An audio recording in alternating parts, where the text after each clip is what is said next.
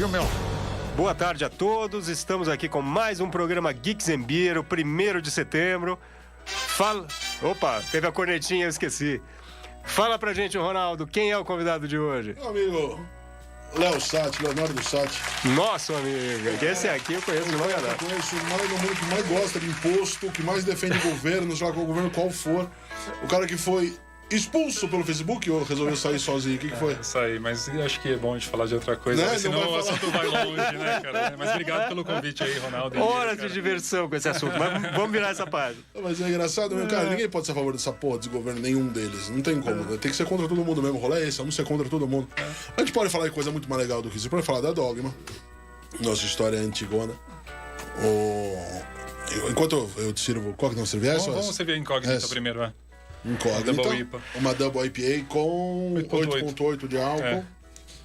E aí, eu posso contar um pouco o Léo. O Léo, ele era amigo da loja antes, desde o começo, enquanto o Léo ainda não era o Wilson, que um dia ele andava todo vestidinho de terno, gravata, tudo bonitinho social, e tal. Aí um dia resolveu fazer cerveja, resolveu largar o dinheiro e foi viver com glamour cervejeiro. Andava devagarzinho assim na primeira cervejoteca, né? Pra não encostar, não sujar a roupa, não né? tinha esquema, né? Apertadinho, né? Licença, Ronaldo, deixa eu passar. Tudo muito apertado.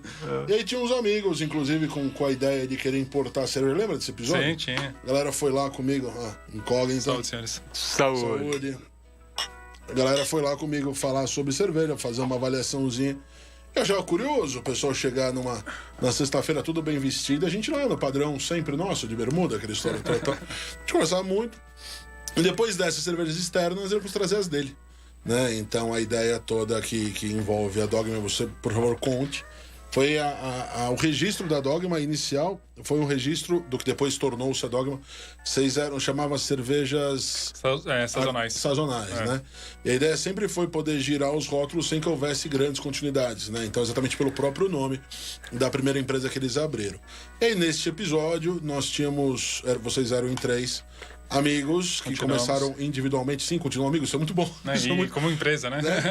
E aí, cada um produzindo a sua própria cerveja e a decisão de tentar as suas produções em conjunto até chegar na Dogma. Conta aí na sua versão o que eu não contei até agora, fica à vontade. Bem-vindo, já falei isso? Não falei, de novo. Saúde. Obrigado, cara. Bom, comecei a fazer cerveja em 2010, 2011 mais ou menos. Encontrei a galera, né? Não conhecia ninguém, comecei a fazer. Aí nos encontros cervejeiros naquela época tinha 2 lugares pra gente ir. Era EAP e Cervejoteca. Isso. Então todo mundo se encontrava. Final de semana era no EAP, outro final de semana era na Cervejoteca. Todo final de semana era assim. Então a gente acabou conhecendo um monte de gente, né? Nesses encontros e tal. Fizemos algumas cervejas caseiras lá, sujamos tudo, né? André adorava, né? Limpava depois com água quente, né? Da recirculação pra não grudar o pé. Você que não conheceu, você viu a descrição dele, que tinha que andar encolhido pra não derrubar as coisas. Imagina numa situação dessa fazer cerveja. Produção, Imagina o que era loucura aquele lugar. E aí, fazendo cervejadeira, conheci o pessoal, né? Conheci algumas pessoas, né? Conheci o Bruno, conheci o Luciano, né? Na época a gente fez uma colaborativa, né? Eu tinha todo mundo que era cervejeiro caseiro tinha a sua própria cervejaria, né? Que dava o nome, né? Sonho de cervejaria. Eu tinha a Prima Sati, né? O Bruno tinha a Serra de 3 Pontas, né? E o Luciano tinha a Noturna. E, assim, falei, vamos fazer uma cerveja colaborativa, fazer com o Bruno, né? Eu lembro que eu queria fazer uma Imperial IPA, ele queria fazer uma Black IPA na época, e a gente, mas na época não tinha loja de insumo em qualquer lugar, tinha que comprar, né? Da WE, do Rio Grande do Sul, chegava por correio, e era, naquela época, 250 gramas era muita coisa, né? Pro cervejeiro caseiro, né? Hoje não é nada pra gente. Mas aí a gente importou, falei, quem quer rachar comigo, né, uma quantidade de lúpulo, né, porque eu não vou usar tudo isso na produção. Aí o Bruno falou, vamos rachar tal.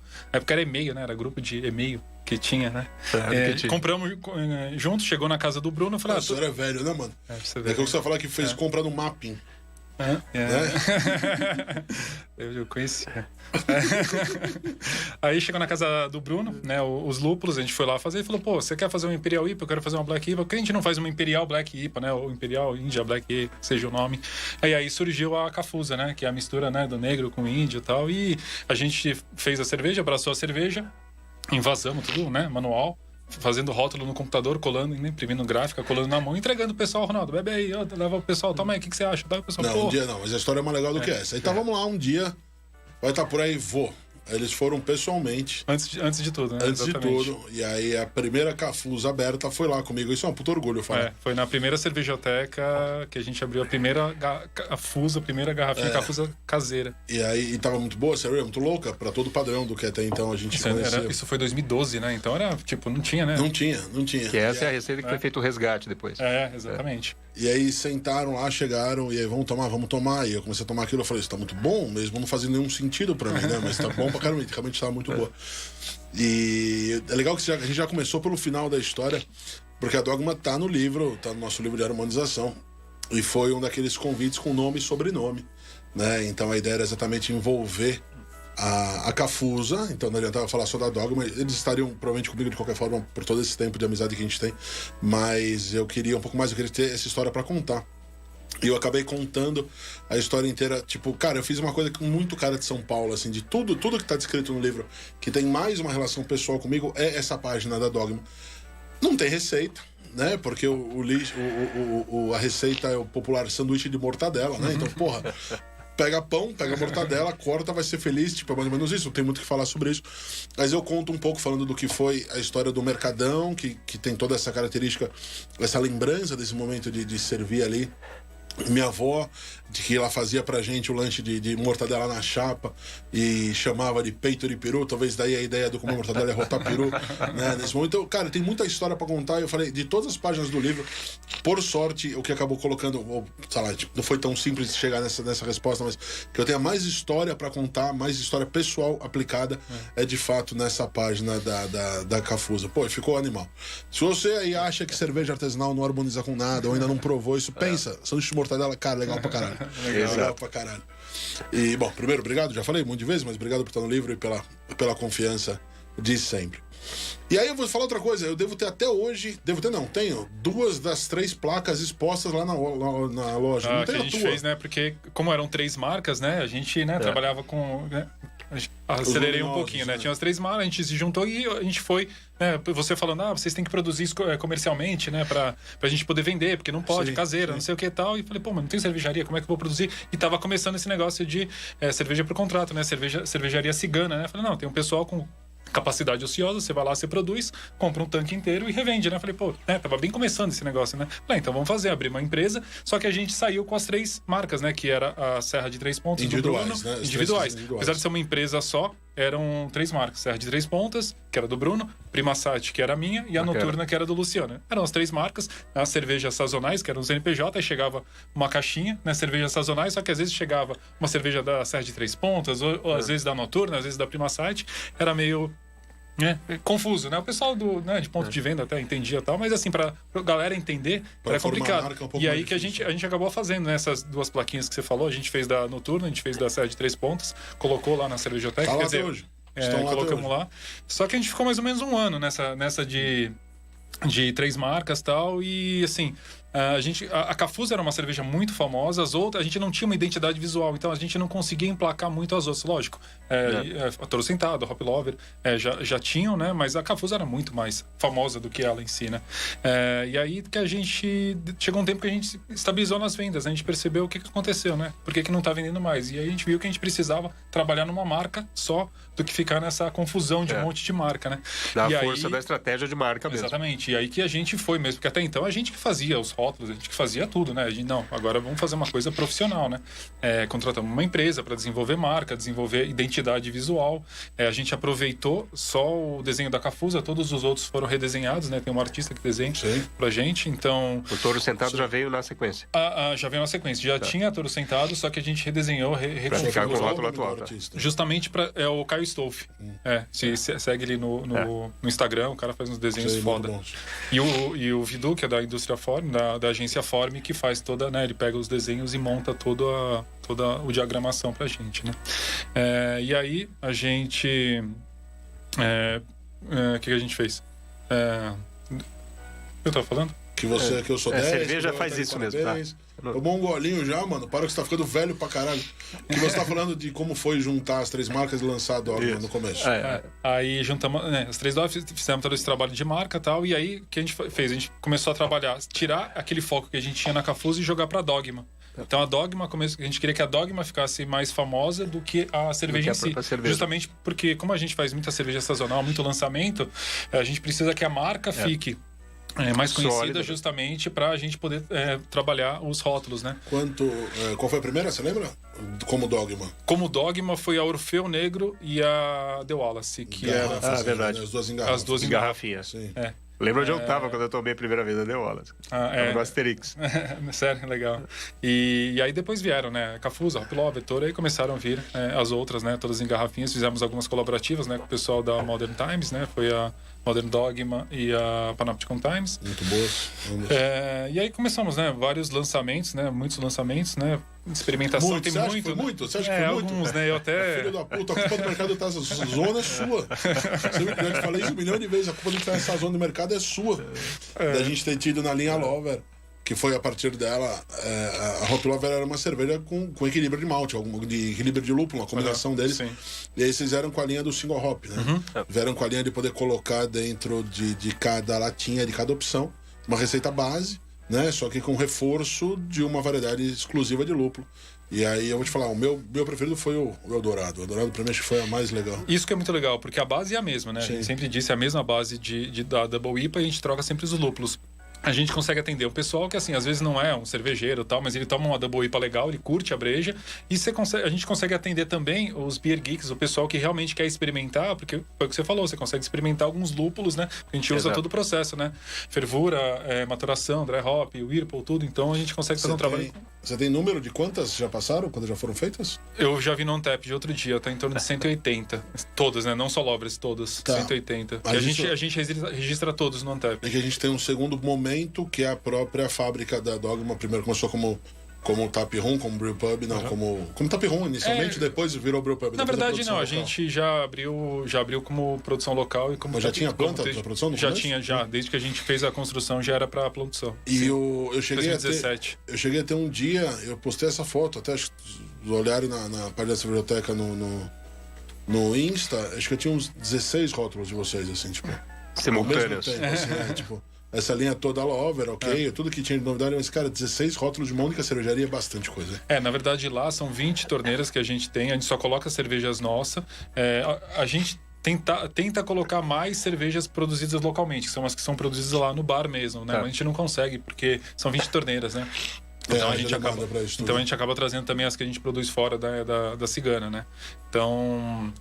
mas assim, sempre tem variedade. É legal porque lá, como a gente consegue uma produção pequena, né? Nossa produção lá é de 500, 450, 500 litros, né? Então isso a gente gira muito rápido lá no bar. Então a gente está sempre fazendo experimentação também lá no bar. Além do que a gente já tinha, fazia experimentação na cigana, agora é muito mais fácil pra gente consegue girar mais rápido, né? Então toda semana que você for lá vai ter alguma coisa nova. Tem a preferida? Sua? Cara, é muito difícil, né? É difícil fazer uma pergunta, qual que é a melhor cerveja? Depende muito do momento, cara. A que eu mais gosto não é a melhor que eu tomei. Eu gosto. Cara, acho que depende muito do momento. A Toro Sentado é uma IPA que, assim, quando eu tô com vontade de tomar uma IPA, a Toro Sentado é aquela IPA West Coast, né? Mais tradicional, bem. Aliás, eu vou fazer uma lembrança de um específico falando. Rizoma, vocês foram a primeira a fazer a experiência no Brasil ou já tinha gente fazendo? Você sabe? Você tem de usar Rizoma? Não, na verdade, assim, a história da Rizoma é o seguinte, né? Não tinha... tinha poucas pessoas fazendo lata ainda, isso foi em 2016. Pouca gente querendo fazer lata, era muito garrafa, o preconceito de lata era muito grande. E aí a gente quis fazer, né, alguma cerveja, e a ideia também de fazer uma Costa Leste, né? Que não é uma New England, no caso, a Rizoma, mas era já mais uma pegada Costa Leste, mais turva, assim, né? Mais juicy. E aí tava também começando... Não, lá fora já tava meio desenvolvido, mas aqui no Brasil não tinha, né? Ainda. Então a gente lançou...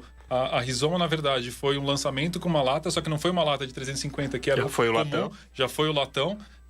E também fazer uma cerveja que... diferente, né? Uma IPA completamente diferente. E ela ficou mais cara, porque ela vai mais lúpulo, né? Não sei o quê. E eu fiquei assim, a gente ficou meio receoso, né? Porque, a gente vai lançar um produto que é mais caro. Eu achei, cara, vai ficar parado, né? Isso aí, não vai vender, não sei o que e tal. E eu lembro que mandei, sei lá, 100, 150 caixas pro distribuidor e no dia seguinte ele liga, então, Léo, eu tenho 800 caixas de pedido. Eu falei, Eu lembro que, eu tive que pedir desculpa pra muita gente, cara, visitar ponto de venda e falar, cara, você pediu 10, eu te entreguei 2, não. É que foi um momento nosso aqui de São Paulo que foi o lançamento coletivo de latas a partir de quem produzia na Dádiva. Não é isso? Foram 8... Na verdade, por que foi isso? Porque a Dádiva então não tinha enlatadora, né? Então a gente tinha que chamar a enlatadora, que era da lata, e aí para viabilizar o negócio tinha que ter um volume, né, de envase, uns 10 mil litros, não lembro qual que era. Foi a primeira vez que todo mundo, porque a gente teve em São Paulo produção própria baseada em lata, e todo mundo lançou junto. Não sei se eram 6 ou 8 que a gente foram 5 rótulos que a gente viabilizou, né? As produções foram feitas para todos os envases acontecerem no mesmo dia para a gente poder levar, otimizar o invase, exatamente, alugado. A gente recebeu direto, todo mundo teve isso de uma vez. E aí foi um chacoalhão mesmo, foi uma mudança de áreas, uma mudança de direção do que a gente tinha. Bom, você pode tomar seu copo aí? Você é boa, tal de... o meu, infelizmente, eu já acabei. Porque, não, tem mais um gole ali. Enquanto isso... O senhor tá meio acelerado? Não, porque eu tô resfriado hoje, então eu tô com a voz estranha. Esse produto novo aí, eu não falei. Morning Gringo. Eu vou subir pra mim primeiro. Olha. Depois eu vou contar aquela curiosidade daquela rizoma que tá na minha geladeira até hoje. É verdade. Que era do Fabinho Tonetti. Eu comprei, agora eu vou contar. Eu comprei uma rizoma de lote 3 pra mim e liguei pro Fabinho Tonetti. Na época a Sonofabira tava aberta ainda. Aí ele fala, pô, Mira, você tá aí e tal, compra uma pra mim. Comprei, pus na minha geladeira. E eu moro a 3 quadras da Sonofabira, né? Eu moro na Matheus Grow. Saúde de novo. Saúde. Aí... Fabinho passa aqui, não sei o que, fechou. Foi na época que ele fechou a Sonofabira, acabei não levando pra ele e tal. Não entreguei nunca, tá na minha geladeira desde a compra. Aí eu mandei pro Léo, Léo, vamos fazer uma experiência pra ver o que aconteceu com ela, porque o lúpulo ele degrada muito rapidamente, mas ela ficou refrigerada até hoje. Sim. Então depois a gente vai fazer essa experiência. Me chama? Cara. Sim, óbvio. Perdi a chance hoje, porque eu tô meio desnorteado por esse resfriado, mas... Saúde. Tá animal esse negócio. Essa daí foi produzida. Essa foi produzida lá no bar, lá no Brew Pub, né? Nossa, não é cigana. Com maple, né? Então o maple ele é fermentado e tal. A gente coloca também, adiciona café depois na maturação pra pegar. Então, por isso que chama Morning Gringo, né? Que é o café da manhã dos gringos, né, cara? Maple e café. E um monte de álcool também? Quanto é que 11? 10 alguma coisa. 10.8, quase 11. 10 pro resfriado tá sensacional. Cara, eu acho que a gente tem... Eu tenho brigado muito com a história da lactose ultimamente. Não que eu já não tenha feito, fiz, e tem outro projeto vindo aí. Mas dá pra fazer coisa boa sem lactose, né? Acho que a galera esqueceu como faz. E aí você sabe trabalhar a carga de malte, você mantém o residual de doçura suficiente pra estar aqui. Cara, aroma é incrível. A hora que eu servi, já dá pra sentir o maple, dá pra sentir o café. Dá uma contaminada. Cara, realmente, puta cerveja, essa eu não tinha tomado, parabéns. Realmente é animal. O próximo livro já tem uma pra entrar. Faça de novo, que essa já sei até onde vai entrar a cerveja. Essa aí é legal. A gente lançou ela no Mundial do ano passado, né? Aqui em São Paulo. E tem o aplicativo lá, o Brew Stage. Ele pega os check-ins do Untapped, né? De algum determinado evento e ranqueia, né? Quais são as melhores cervejas daquele evento e tal, de acordo com o check-in do Untapped. E ela ficou em primeiro. No Mundial do ano passado, né? De 2018 aqui. Animal. Mas teve no Slow, teve alguma coisa parecida com isso? Slow, sim. Foi essa mesmo? Não, acho que não foi essa, foi outra. A gente levou a Pepo. Foi uma outra Russian Imperial que a gente levou pro Slow. Cake, não era Cake alguma coisa? Cake ou Pepo, eu não lembro agora de cabeça. Foi alguma Russian Imperial que a gente levou também. Legal. Legal essa história de todo mundo identifica a Dogma com lúpulo. Né? Acaba identificando com lúpulo, aí você pega um treco desse, tipo, nada a ver. Da mesma forma, Orfeu Negro, da mesma forma... A Panopticon, cara, vale demais. Não sei se essa pararam, faz tempo que não fazem. A Panopticon faz um tempinho que a gente não faz. A Orfeu a gente faz uma vez por ano, né? Sim. Tanto que agora esse ano ela veio em lata também, né? Ficou muito boa e tal. Tem algumas assim que a gente faz. A nossa sazonalidade, assim, tem cerveja que é todo mês, tem sazonalidade de 4 meses, tem tipo a Orfeu que é de um ano, né? Ano. A Félix Culpa e a Branca de Brete também, uma vez por ano que a gente faz. Então a gente vai sentindo o que o mercado demanda, né? Quem manda é o mercado, né? Então a gente quer atender o que os clientes querem, a gente atende. E a galera tá curtindo certamente. A Dogma foi, quando eu falei de divisão de águas, a primeira etapa não foi só a Dogma, foram as cervejarias todas que produziam naquele momento. Mas uma coisa que é bacana é que das Hype foi a primeira, né? De São Paulo, as cervejarias Hype, aquelas cervejarias encaradas num formato diferente, até porque, talvez por isso justifique a galera ter pago um valor alto pela latinha, né? A história toda aí. E aqui você acha que nós devemos isso? Que você acha que aconteceu? Pra poder virar uma hype assim do tipo. Eu acho assim. A ideia é fazer hype do começo? A ideia era fazer uma cerveja boa, como sempre a gente tenta fazer, né? Só que a gente tem que tentar se destacar, né? a gente pensou em, assim, o pessoal tava fazendo IPA e tal, e tava meio que tudo igual, mais ou menos, a gente precisa fazer alguma coisa diferente, né, cara, mas, né, aí surgiu essa daí, a gente falou, vamos tentar fazer e lançar isso daí, deu certo, né, o pessoal curtiu, tanto que a ideia da Incógnita, que eu ia falar, né, na verdade, isso aí é um produto, né?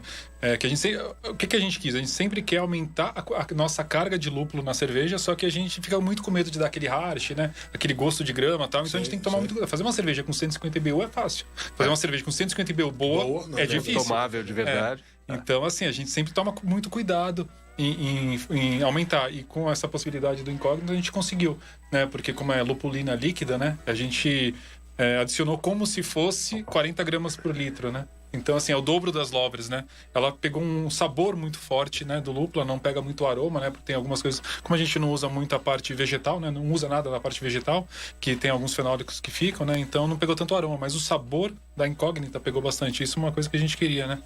Trabalhar bem forte nela. Mas, assim, o que a gente sempre quer é fazer uma cerveja, assim, boa, né? Sempre a gente se superar, né? Então, nós somos nossos maiores concorrentes, né? Então, a gente sempre tenta fazer alguma coisa melhor, legal, né? Para achar vocês, vamos lá, primeiro endereço. Dogma lá na Santa Cecília, aqui em São Paulo, na rua Fortunato, número 236. Bacana. A gente abre de terça a sexta, das 5 horas até as 10h30, sábado, meio-dia, às 10h30, domingo, das 2 até as 8h30. E nas lojas, né? Lojas especiais, cervejas artesanais, assim, pelo Brasil todo, né? Nós temos a distribuição quase que em todo o Brasil. Rede social? Rede social, Cervejaria Dogma Instagram, Cervejaria Dogma Facebook, né? Então, tá sempre postando alguma novidade, alguma coisa lá. E-mail, contato@cervejariadogma.com.br, porque às vezes fica complicado a gente responder alguma mensagem e tal, às vezes passa batido e tal. Então, se mandar pro contato@cervejariadogma.com.br, não tem erro, todos são respondidos, cara. Tá bom. Bacana. E para quem tá acompanhando aí nas redes sociais da Rádio Geek, Rádio Geek BR, tem o sorteio da Dogma.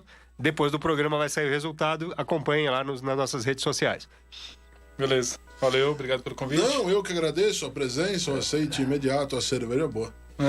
E sabe que a gente tem essa história toda aí pra frente. Tem um puta monte de história pra contar ainda. Isso aí. Ainda nem fizemos, como diria o Neymar, saudades do que não vivemos ainda, não é isso? Mais ou menos isso, mas tem muita coisa boa pra gente contar por aí. Cara, de novo, obrigado. Valeu. E meus parabéns. Show. Valeu, o que obrigado. vocês têm feito até agora. Legal. E você, escolha a cerveja, escolha o copo, escolha a companhia e vá ser muito feliz. Mais cerveja, menos frescura. Valeu! Valeu.